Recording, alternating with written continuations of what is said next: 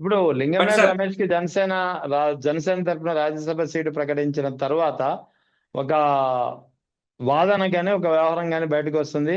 అపాయింట్మెంట్లు కావాలంటే రుక్మిణి ఎవరో ఉన్నారు కదా పార్టీలో, రుక్మిణికి ప్రమేయం కోటారు లేకుండా ఎవరికి, రుక్మిణి ప్రమేయం లేకుండా ఎవరికి అపాయింట్మెంట్ లభించడం లేదు.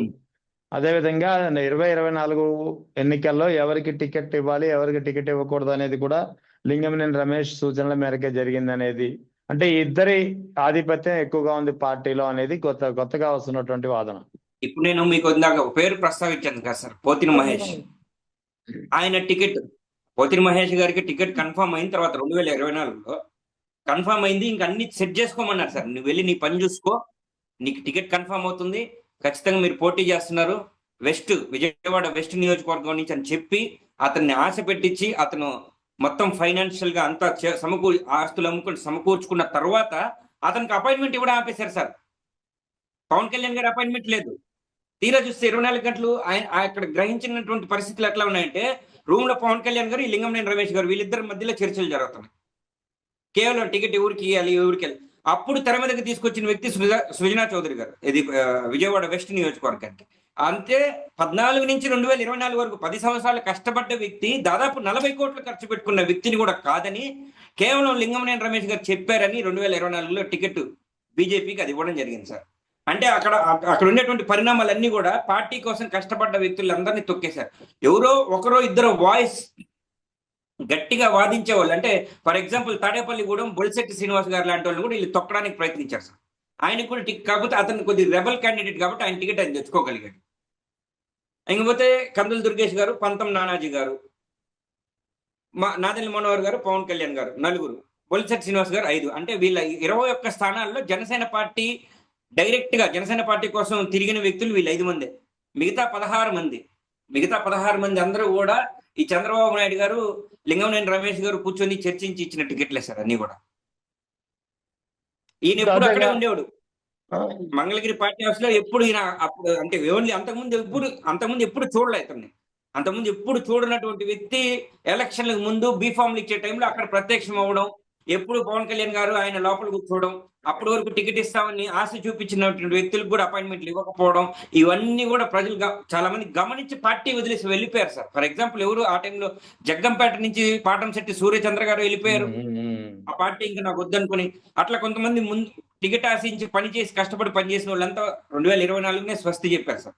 ఇప్పుడు కింద స్థాయి క్యాడర్కి వచ్చింది.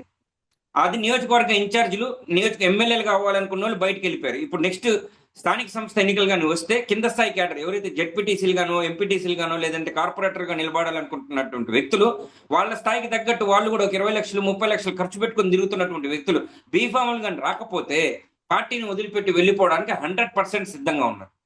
అంటే ఇప్పుడు జనసేన పార్టీని వదిలి వెళ్ళిపోవడానికి సిద్ధంగా ఉన్న వాళ్ళు ఇలా ఎంతమంది ఉండవచ్చు సార్? వేలల్లో ఉంటారు సార్, వేలల్లో ఉంటారు. Nellore 54 divisions sir. 54 డివిజన్స్ గాను ఇప్పుడు ప్రస్తుతానికి అక్కడ చెప్తుండేది ఏంటంటే ఒక 6 టికెట్లు జనసేనకి ఇవ్వాలని. ఒక 6 సీట్లు అంటే 48 వచ్చి టీడీపీ పోటీ చేస్తుంది, ఒక 6 జనసేనకి ఇవ్వాలని. బట్ 54 డివిజన్స్ లో కష్టపడ్డ జన సైనికులు అందరూ ఉన్నారు. 54 డివిజన్లు అంటే అప్పుడు 6 మందికి న్యాయం జరిగితే మిగతా 48 మంది పరిస్థితి ఏంటి సార్? 48 మందిలో అట్లీస్ట్ ఒక 20 నుంచి 25 మంది బయటకు వచ్చేటువంటి పరిస్థితి అయితే ఉంది సార్. అట్లా ప్రతి కార్పొరేషన్ లోను, లేదంటే ప్రతి గ్రామ స్థాయి, మండల స్థాయి ఎన్నికల్లోనూ ఈ విధంగా చూసుకుంటే కొన్ని వేల మంది అంటే నాయకులుగా ఉన్నటువంటి వ్యక్తులు, ఎప్పుడైతే ఒక నాయకుడు బయటకు వచ్చాడు అనుకోండి, అతనితో ఉన్నటువంటి 100 మంది కార్యకర్తలు బయటకు వచ్చేస్తారు సార్. ఒక నాయకుడు బయటకు వస్తే కొన్ని 100 మంది కార్యకర్తలు బయటకు రావడానికి సిద్ధంగా ఉన్నారు. అంటే ఇది ఓవరాల్ గా ఇట్లాంటి ఉద్యమం జరిగితే సార్ ఒక లక్షల్లోనే బయటకు వస్తారు జనసేన పార్టీని. వాళ్ళు ఏదైతే ఈ రోజు 15 లక్షల సభ్యత్వాలను సంకలు గుద్దుకుంటున్నారో, రేపు ఒకవేళ ఈ ఎన్నికలు జరిగి దాని తర్వాత చూసుకుంటే వీళ్ళకి ఓవరాల్ గా ఒక 5 లక్షల సభ్యత్వాలు కూడా ఓవరాల్ గా రావు సార్. 5 లక్షల సభ్యత్వాలు కూడా వచ్చేటువంటి పరిస్థితి లేదు జనసేన పార్టీ ఫ్యూచర్ లో.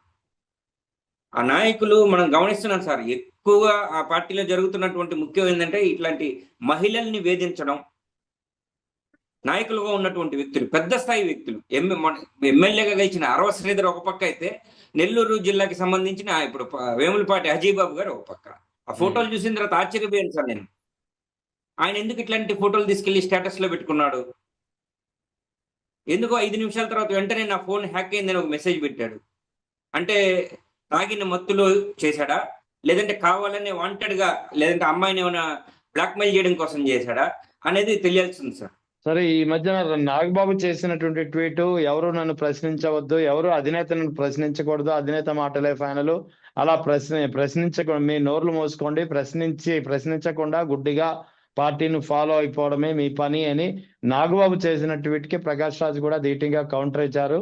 మేము గొర్రెలం కాదు, బానిసలం కాదు గుడ్డిగా ఫాలో అవడానికి. అన్యాయం జరిగినప్పుడు, అన్యాయం జరిగిందని అనిపించినప్పుడు ఎవరినైనా సరే ప్రశ్నించి తీరుతామని ప్రకాష్ రాజ్ కౌంటర్ ఇచ్చారు. ఎలా చూడాలి ఈ రెండింటిని? అవును సార్, ఇప్పుడు నాగబాబుకి అసలు అర్హత లేదు సార్. ఇది ప్రశ్నించకూడదు, గుడ్డిగా మీరు మా అధినాయకుడిని నమ్మేలా, అధినాయకుడు మాట శిరోధారి అనడానికి ఇది రాచరికపు కాలంలో లేం సార్. ఇది డెమోక్రటిక్ కంట్రీ, ప్రజాస్వామ్యం. మనం ఇక్కడ ఓటు వేసి ఎన్నుకుంటున్నాం, మనకి ఏ నాయకుడు కావాలా, ఏ నాయకుడు వద్దు అని మనం డిసైడ్ చేసుకుంటున్నాం.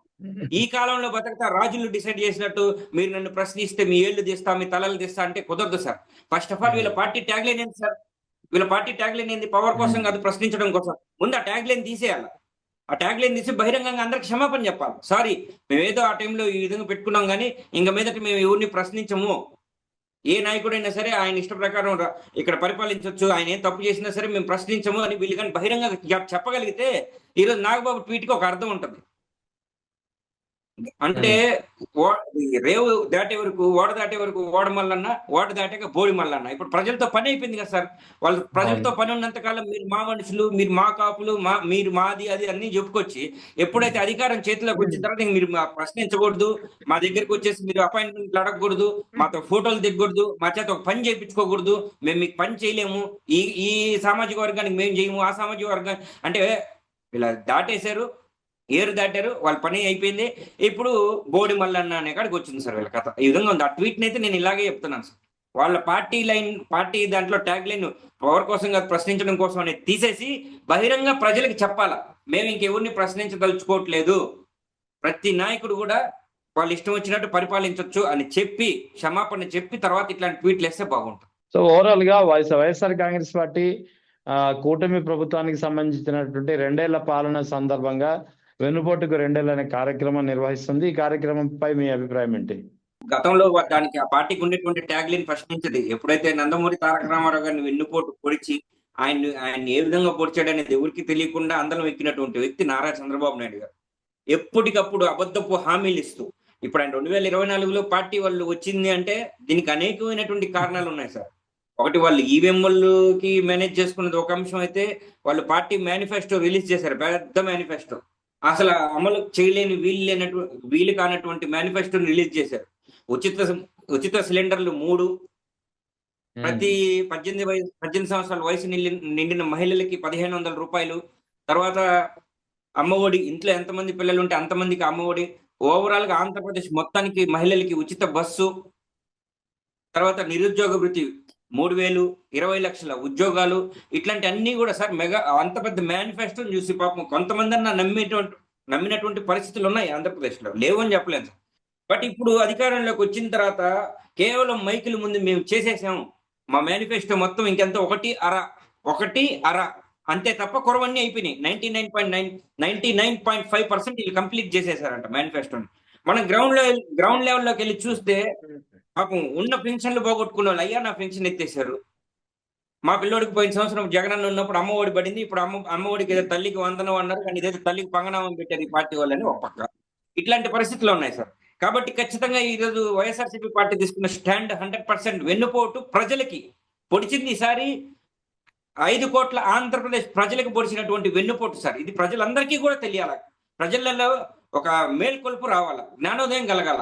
ఎప్పుడైనా చంద్రబాబు నాయుడు అనేవాడు అబద్ధాల కోరు తప్ప ఆయన పార్టీలో ఆయన గెలుపు కోసం, ఆయనకు అధికారం కోసం ఎటువంటి అబద్ధాలైనా చెప్తాడు, ఎటువంటి నీచ పనులైనా చేస్తాడు ఈ చంద్రబాబు నాయుడు అనేది ప్రజలు తెలుసుకోవాలి సార్. ఈరోజు వైఎస్ఆర్సీపీ పట్టినటువంటి కార్యక్రమాన్ని మేమందరం కూడా ముందుకు తీసుకెళ్తున్నాం సార్. ఖచ్చితంగా ఇది ప్రజల్లో ప్రతి ఒక్కరిలో కూడా మార్పు తీసుకురావాలి సార్. మార్పు తీసుకురావడానికి ఇది ఒక ప్రోగ్రామ్ గా మేము భావిస్తున్నాం.